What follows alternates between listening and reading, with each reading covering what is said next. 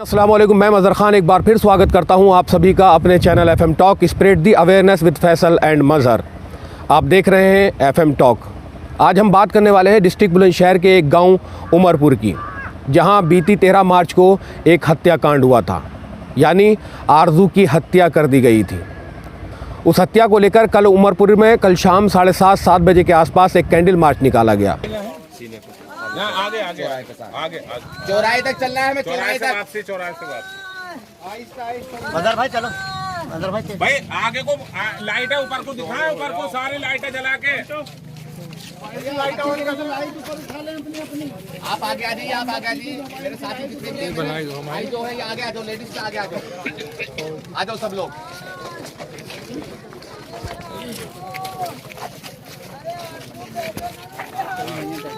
चलते रहो, तेज चलते रहो भाई, तेज चलते रहो, तेज चलते रहो। एक मिनट न्यूज़ वाले तुम इधर को बराबर मुक्त करो इन्हें, इनको लाओ पहले, इनको असल मकसद की दिमाग को आगे रखो बैनर के नीचे। अरे तेज सबर करो, अरे मेरा शेर। बस चलो, चलते रहो भाई, चलते रहो, चलते। तो जिस तरह से आरजू के हथियारों को फांसी दिलाने और सज़ा दिलाने के लिए ये कैंडल मार्च निकाला गया, आप देख सकते हैं किस तरह से शांति से लोग हाथ में मोमबत्तियां लेकर उमरपुर की गलियों में निकल रहे हैं और प्रशासन से मांग कर रहे हैं कि आरजू के कातिलों को फांसी दो, हमें इंसाफ चाहिए। इसमें आप देख सकते हैं कि कितने जवान लोग शामिल हैं, बच्चे भी शामिल हैं, इसमें बुज़ुर्ग भी शामिल हैं। सभी लोगों ने हाथ में मोमबत्तियां ली हुई हैं, सभी लोग लाइन से बिल्कुल शांति के साथ चल रहे हैं, शाना बशाना, और वो चाहते हैं कि आरजू के कातिलों को कड़ी से कड़ी सज़ा मिले। आप देखिए किस तरह से ये कारवां आगे बढ़ता जा रहा है। ये 7-7:30 का वक्त है और सभी गांव के लोग इसमें शामिल हैं, ज़्यादातर आसपास के गांव के लोग भी इसमें शामिल हैं। उसमें गेसुपुर, गिरौरा, चंदियाना, बुगरासी, उमरपुर के ज़्यादातर लोग, लगभग 1500 से 2500 तक लोग इस कैंडल मार्च में शामिल हुए। बच्चों ने हाथ में जो बैनर ले रखे थे उसमें लिखा हुआ था कि आरजू को इंसाफ चाहिए, आरजू को इंसाफ दो। बहुत शांति से वो कैंडल मार्च निकाला गया। आरजू के घर से लेकर वो अमरपुर चौराहे तक का कैंडल मार्च था। आसपास के सभी गांव के लोग इस कैंडल मार्च में शामिल रहे।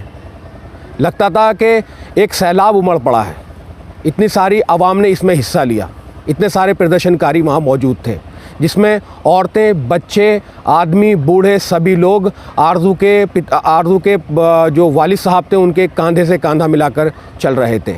सभी की ये मांग थी, ये डिमांड थी कि आरजू के कातिलों को फांसी दी जाए या कड़ी से कड़ी सज़ा मिलनी चाहिए।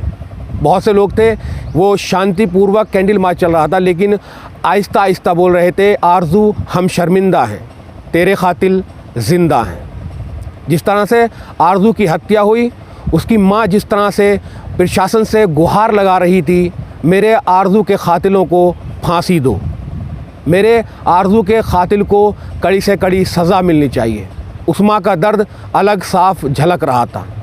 साफ देखा जा सकता था किस तरह से उसकी माँ रो रही थी, बिलख रही थी और अपने बच्चे के लिए प्रशासन से गुहार लगा रही थी कि मेरे बच्चे को जिस बेदर्दी से कत्ल किया गया है उसकी सज़ा कड़ी से कड़ी होनी चाहिए। अभी ताज़ा जानकारी के मुताबिक जिसने चाकू से वार किया था आरजू पे, उसकी कोर्ट में हाज़िरी हो चुकी है। जिन 2 लोगों के नामजद रिपोर्ट है, वो 2 लोग अभी तक हाजिर नहीं हो पाए हैं। कैंडल मार्च आरजू साहब के घर से लेकर, मरहूम आरजू साहब के घर से लेकर उमरपुर चौराहे तक चला। उमरपुर चौराहे से कैंडल मार्च वापस इख्तिताम को पहुंचा और इसे अमरपुर की ईदगाह पर ख़त्म कर दिया गया।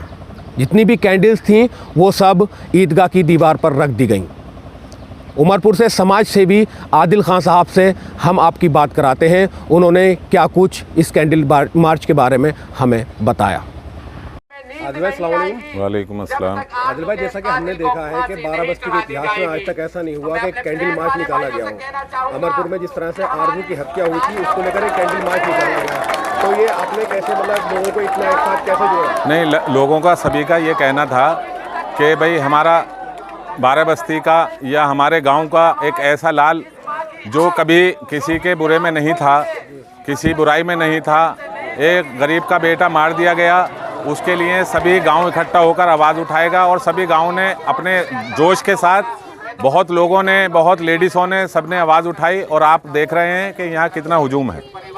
अभी तक जैसे ये केस हुआ है, इस केस में क्या अपडेट है? मतलब जो हत्यारा है उसको गिरफ्तार कर लिया गया है या निकल लिया गया है? नहीं, इसमें अभी जैसे कि 3 लोगों के खिलाफ रिपोर्ट हुई है, उसमें से एक शख्स हैं वो हाजिर हुए हैं कोर्ट से और अभी 2 लोग फरार हैं, जिसमें पुलिस प्रशासन सभी लोग बहुत मेहनत कर रहे हैं, उनको दबिश दे रहे हैं पकड़ने के लिए। ये कैंडल मार्च निकालने का असल मकसद क्या था? कैंडल मार्च निकालने का असल मकसद हमें लोगों को ये बताना था, ये दिखाना था कि अब लोग सब एक हो चुके हैं, कोई किसी से दबाव में या कोई किसी के डरने से, डराने से कोई भी अब घबराने वाला नहीं है। आदिल भाई, हमसे बात करने के लिए बहुत बहुत शुक्रिया। अस्सलाम वालेकुम। इस कैंडल मार्च में मरहूम आरजू साहब की माँ भी शामिल थी।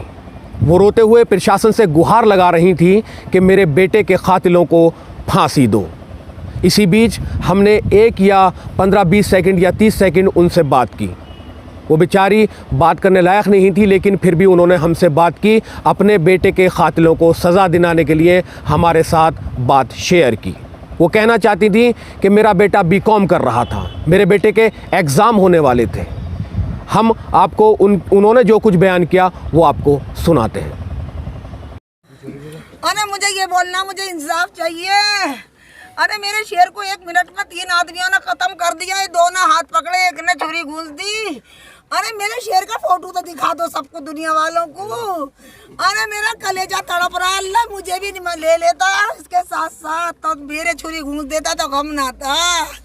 अरे ये बेबाहर न जाता, मेरा बीकॉम करे वे। अरे मेरे के बीकॉम के पेपर थे अप्रैल में। आजा तुझे गोद में ले लूं बेटे।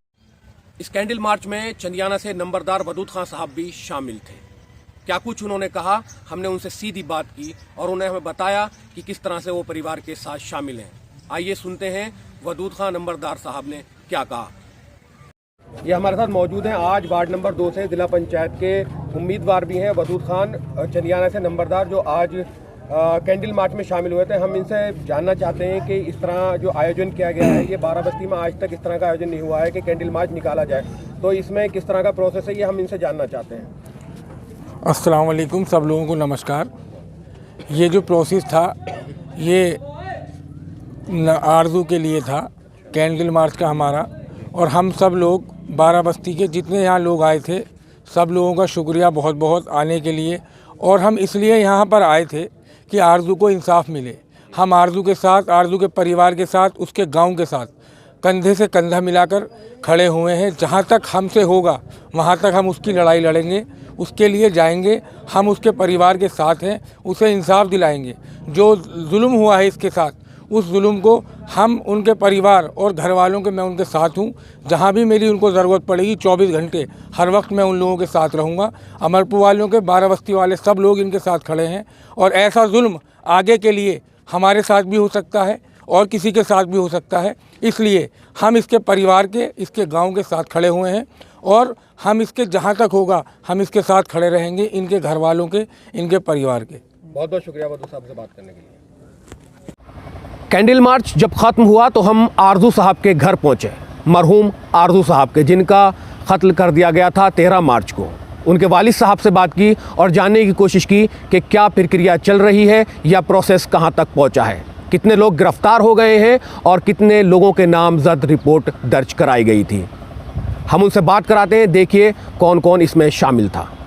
जिस तरह से आज अमरपुर में कैंडल मार्च हुआ है और आसपास के बाराबस्ती के सभी गांव के बहुत सारे लोग, शायद ही ऐसा कैंडल मार्च इलाके में कभी हुआ हो, ये किसी ने आज तक ऐसा कैंडल मार्च नहीं देखा होगा। लेकिन आपके बेटे की जिस तरह से हत्या हुई है, इस वक्त पूरा गांव आपसे कांधे से कांधा मिलाकर खड़ा है और आसपास के गांव के तमाम लोग आपसे कांधे से कांधा मिलाकर खड़े हैं। तो आपकी प्रशासन से क्या अपील है, आप क्या चाहते हैं अपने बेटे के लिए? हम अपने बेटे के लिए इंसाफ चाहते हैं। किस तरह का इंसाफ चाहते हैं? इंसाफ इस तरह का चाहते हैं कि इनको फांसी होनी चाहिए। अच्छा, इसमें कितने लोग शामिल हैं? 3 लोग शामिल हैं। कितने लोग गिरफ्तार हो गए अभी तक? 1। एक गिरफ्तार और 2 फरार हैं। 2 फरार, अभी तक 2 हाथ नहीं आए। 2 हाथ नहीं आए। ठीक। तो नाजरीन, जैसा कि आपने देखा कि कत्ल करने में जिन लोगों का हाथ था उसमें से एक ने कोर्ट में हाजिरी दे दी है। आरजू के पिता यही बताते हैं कि एक ने हाजिरी दे दी है लेकिन 2 लोग अभी तक फरार हैं। तो नाजरीन, हम बात कर रहे थे अमरपुर में होने वाले कैंडल मार्च की। जो लोग कैंडल मार्च में शामिल हुए थे उन्होंने देखा कि किस तरह से लोग कैंडल मार्च में आए और आरजू साहब के घर वालों के साथ कंधे से कंधा मिलाकर चले और खातिर के लिए सभी ने कहा कि उसको फांसी दो, उसको कड़ी से कड़ी सजा दो। किसी ने अपना 21-22 साल का बच्चा खोया है, किसी का बेटा खोया है, कोई माँ उजड़ी है, किसी का परिवार उजड़ा है, किसी का परिवार बिल्कुल बर्बाद हो गया। उस माँ की गुहार देख के लगता है कि वाकई दुनिया वीरान हो गई है। बाराबस्ती का एक इतिहास रहा है, लोग आपस में बहुत प्यार और मोहब्बत से रहे, तो क्यों ना इन नफरतों को ख़त्म किया जाए। मैं अपने चैनल के माध्यम से आप सभी लोगों से गुजारिश करना चाहूँगा, ये जो नफरत की आंधी है इसको ख़त्म कर देना चाहिए। हम लोगों को सोचना चाहिए कि अगर किसी का कत्ल होता है तो तबाह व बर्बाद उसका घर नहीं होता, जिसने किया होता है वो भी परेशान हो जाता है, उसका घर भी बर्बाद हो जाता है। इस वीडियो में बस इतना ही। मैं आप लोगों से लेता हूं अलविदा। बहुत जल्द हाजिर होऊंगा आप सभी लोगों की खिदमत में अपनी दूसरी वीडियो के साथ। अल्लाह हाफिज़।